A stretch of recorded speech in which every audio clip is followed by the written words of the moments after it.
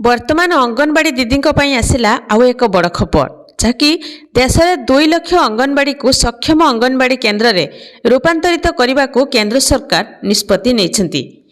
ଏଥିରେ ଓଡ଼ିଶାରେ 12,140ଟି ଅଙ୍ଗନବାଡ଼ି ସାମିଲ ଅଛି।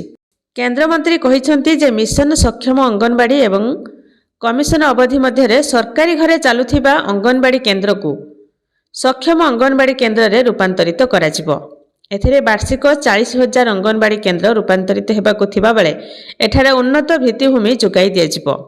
ଅଙ୍ଗନବାଡ଼ି କେନ୍ଦ୍ରଗୁଡ଼ିକରେ ଭିତ୍ତିଭୂମି ବିକାଶ ପାଇଁ କେନ୍ଦ୍ର ସରକାର ଅନେକ ପଦକ୍ଷେପ ଗ୍ରହଣ କରୁଛନ୍ତି।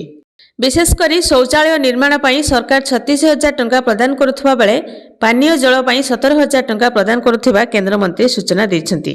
ପିଏମ୍ ଜନଧନ ଯୋଜନା ଅଧୀନରେ 2500 ପିଜିଟିପି ଅଙ୍ଗନବାଡ଼ି କେନ୍ଦ୍ର ନିର୍ମାଣକୁ ହେବାକୁ ମଞ୍ଜୁରୀ ମିଳିଥିବା ବେଳେ ଏଥିରେ ଓଡ଼ିଶାରେ 89ଟି କେନ୍ଦ୍ର ରହିଛି। ସରକାରୀ ସ୍କୁଲର ଶିଶୁ ବାଟିକା ଛାତ୍ରଛାତ୍ରୀଙ୍କୁ ମିଳିବ ମାଗଣା ୟୁନିଫର୍ମ। ପ୍ରତି ଶିଶୁ ପିଛା 1,000 ଟଙ୍କା ହିସାବରେ ପାଣ୍ଠି ମଞ୍ଜୁର ହୋଇଛି। 2 ହଳ ପୋଷାକ ସହ ଜୋତା, ଟି ସାର୍ଟ, ଟ୍ରାକ୍ ପ୍ୟାଣ୍ଟ ଏବଂ ଟୋପି ମିଳିବ। ପୋଷାକର ରଙ୍ଗ ଡିଜାଇନ ପ୍ରଥମ ଶ୍ରେଣୀ ପିଲାଙ୍କର ମାନଦଣ୍ଡ ଅନୁଯାୟୀ ହେବ। ତେବେ ଅଙ୍ଗନବାଡ଼ି ଛାତ୍ରଛାତ୍ରୀଙ୍କର ପୋଷାକର ମୂଲ୍ୟ ବଢ଼ିବା ନେଇ ମହିଳା ଓ ଶିଶୁ ବିକାଶର ଏକ କାର୍ଯ୍ୟକ୍ରମରେ ବିଭାଗ ପକ୍ଷରୁ ଏନେଇ ବଡ଼ ଘୋଷଣା କରାଯାଇଥିଲା।